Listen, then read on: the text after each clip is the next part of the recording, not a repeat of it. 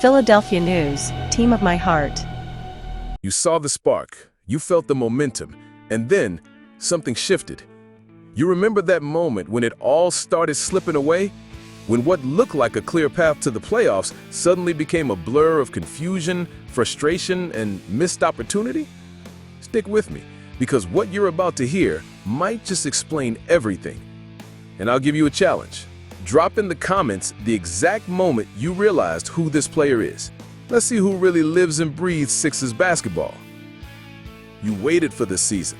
You believed it could finally be that year. After all the heartbreak, the letdowns, the near misses, you were promised a team that was built to win now.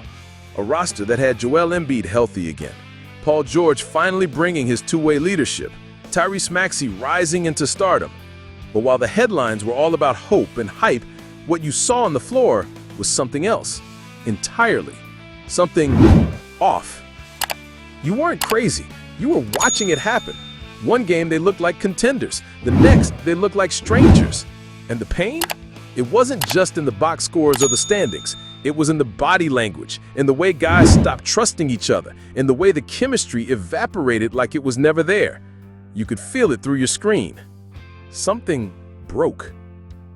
But what if I told you someone from inside that locker room just confirmed everything you've been thinking all season long? What if one of those very players just came out and said, yes, the trades ruined us? Because let's be honest, you remember the moment the Sixers front office hit that trade button. Names out, new names in. 4 players gone, 4 new ones in. A revolving door of 10-day contracts, one move after another, but no time to build anything. You sat there wondering, are we still building a team or just shuffling pieces on a board?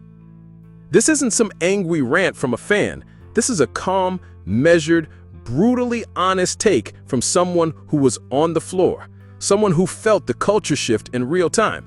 And what he's saying now? It's probably what you've been yelling at your screen for months. Think about it.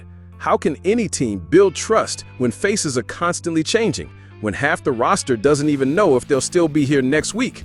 You can't grow roots in sand. And for the Sixers, the foundation never had a chance to set. That's what this former Sixer is saying out loud. He said they were trying. The guys believed, even with all the injuries, Embiid's knee, Maxey's hamstring, George missing time, there was something brewing early on. You felt it too, didn't you?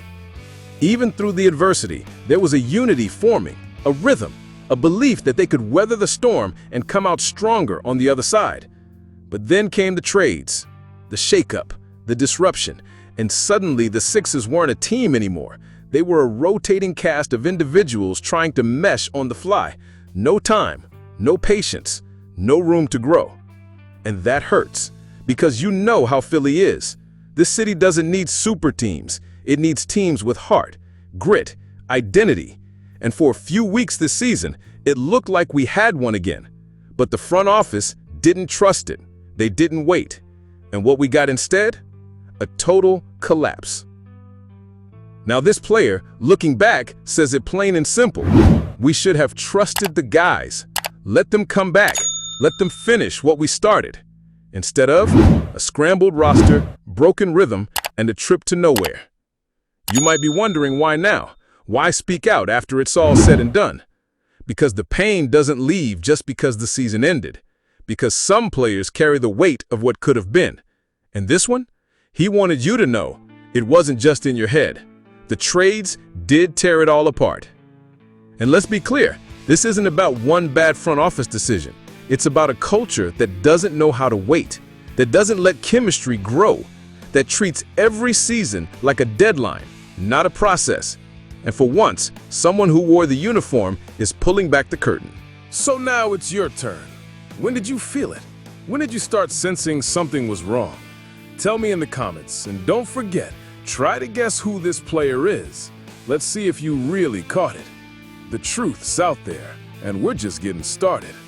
You're still here, so that means you felt it. You remember the games where something just didn't add up. The stats might have looked okay. The individual plays, fine. But the energy, that chemistry, gone. And now someone who was in that locker room has finally said it out loud. The trades didn't just move pieces, they shattered the soul of this team. Imagine being on a squad that was just starting to click. Not perfect, no, not even close, but starting to believe. A group of guys fighting through injury after injury, still pulling out wins, still pushing forward, still holding on to the playoff picture. And then, one by one, they're gone. Traded, replaced, forgotten. How are you supposed to build unity when your teammates are temporary? How can you run a switch-heavy defensive scheme or read each other in transition when the faces keep changing faster than the jerseys can be printed? You saw it with your own eyes, but now you're hearing it from someone who lived it. This player talked about how they were trying, how the early part of the season was filled with fight, how even when Joel Embiid went down, even when Paul George missed time, even when Tyrese Maxey battled through his own injuries, the core guys kept believing. That belief, he says, was enough. Enough to keep going, enough to stay competitive, enough to survive the storm. But they never got that chance. The Sixers front office pulled the plug. 4 out, 4 in. New faces, new voices, new egos, new roles, and zero time to figure it all out. And that's when things started spiraling. The teams stopped knowing each other, stopped trusting each other. The rotations became a mess, the spacing awkward, the effort inconsistent. And you were left watching something that felt more like preseason tryouts than playoff preparation. And look, you know this city. Philly doesn't ask for perfect. You never demanded a super team. You just wanted a team that fought together, that grew together, that didn't flinch the second things got tough. And the saddest part? We had it. For a minute, we really had it.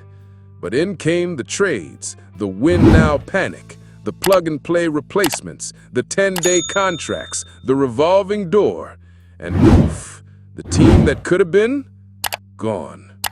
So this player, who, by the way, played 70 games for the Sixers this past season and started 43 of them, isn't bitter. He's honest. And in his words, we should have trusted the guys, let them come back, try to make that push. Let me ask you something. Do you agree with him? Should the Sixers have kept the roster intact and believed in what they were building? Or were the trades necessary, even if the chemistry never recovered? Be honest. I want to hear it in the comments.